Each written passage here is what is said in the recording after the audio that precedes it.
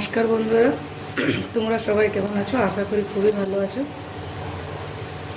আজকে রেসিপিতে থাকছে বাঁধাকপির সবজি।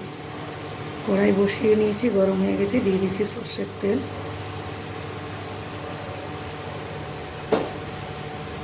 দিয়ে দিচ্ছি কিছু ফোড়ন, তেজপাতা, শুকনো লঙ্কা, গরম মশলা, পেঁয়াজ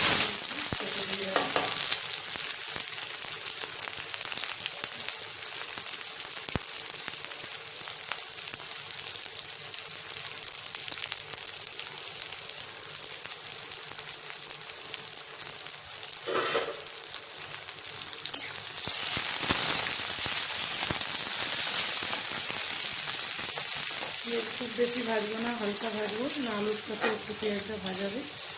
বেশি লাল হয়ে গেলে সেটা তেতো লাগবে।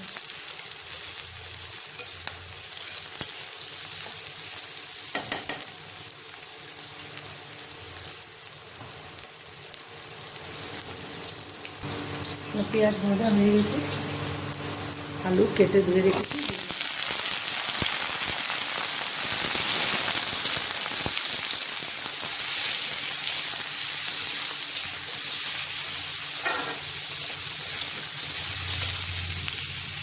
দিয়ে দেবো নুন সিদ্ধ হওয়ার জন্য।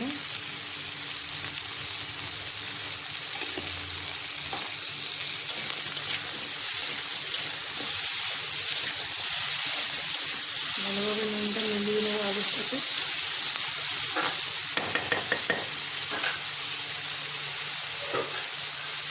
বন্ধ করে সিদ্ধ হতে দিয়ে দেবো, গ্যাসের ফ্লেমটা একদম মিডিয়ামে করে দিচ্ছি।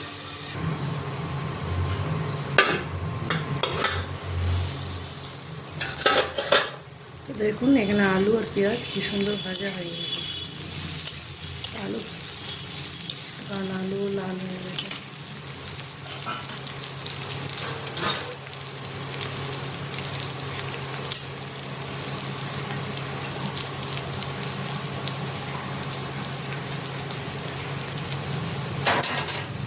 দিয়ে দিচ্ছি টমেটো। বড় টমেটো হলো একটা দিতে হবে, ছোটো টমেটো হলে দুটো দিতে হবে। টমেটোর সাথে মশলা দিয়ে দেবো। এখানে আদা, রসুন, জিরা, কাঁচা লঙ্কা বেটে রেখেছিলাম, দিয়ে দিচ্ছি।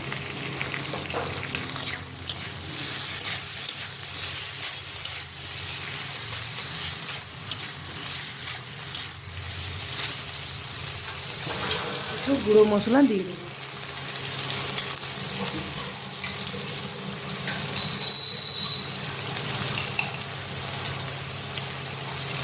হলুদ গুঁড়ো,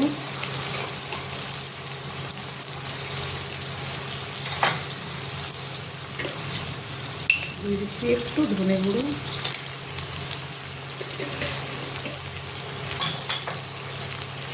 কালারের জন্য একটু কাশ্মীরি লঙ্কার গুঁড়ো।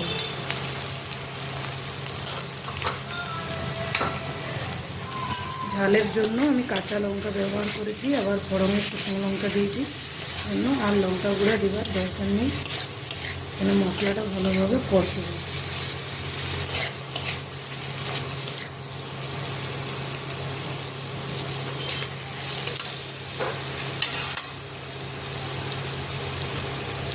বাটি দিয়ে 1 চামচ মতন জল দিয়ে দিচ্ছি।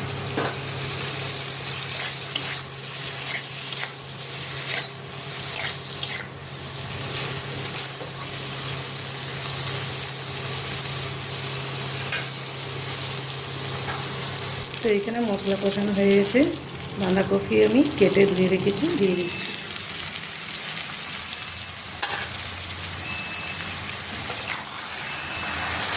ভালোভাবে মিলিয়ে নেব।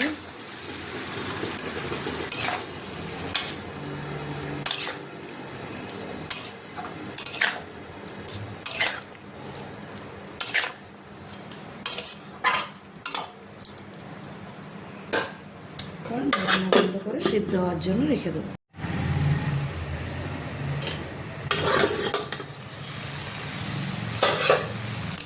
এখানে দেখুন সবজিটা কি সুন্দর হয়ে গেছে। আমি একদম জল ব্যবহার করিনি, এখানে ভালো সিদ্ধ হয়ে গেছে।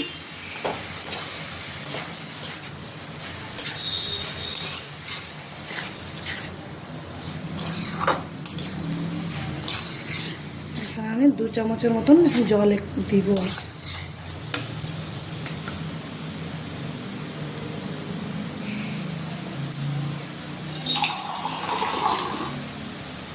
দিয়ে দিচ্ছি একটু জল।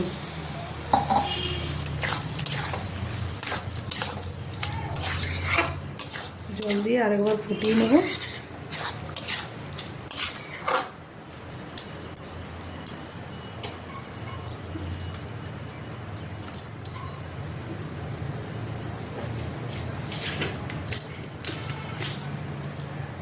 চিনি দিয়ে দিচ্ছি একটু।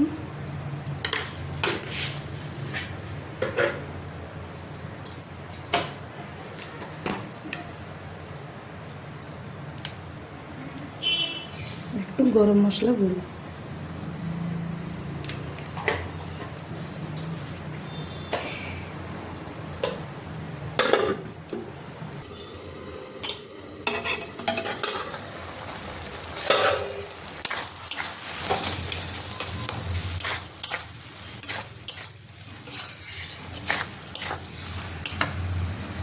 এখানে কিছুটা বাদাম ভেজে রেখেছি, দিয়ে দিচ্ছি।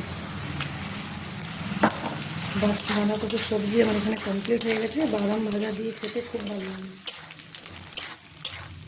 এরকম বাঁধাকপিটা ভালোভাবে সিদ্ধ হয়েছে।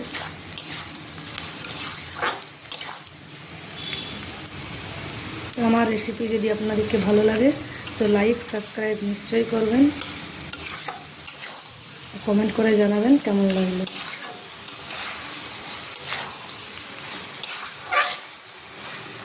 এখানে আপনারা চাইলে বাটার থাকলে বাটারও দিতে পারেন, তাতে খেতে খুব ভালো লাগে।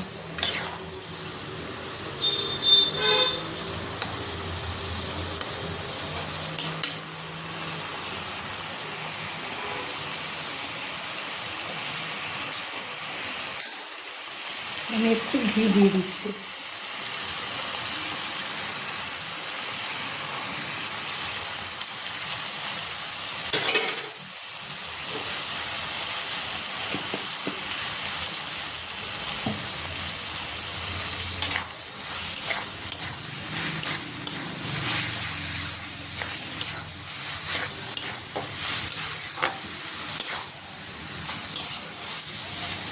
হয়ে গেছে, পুরো কমপ্লিট। ভালো থাকবেন, সুস্থ থাকবেন। Bye bye.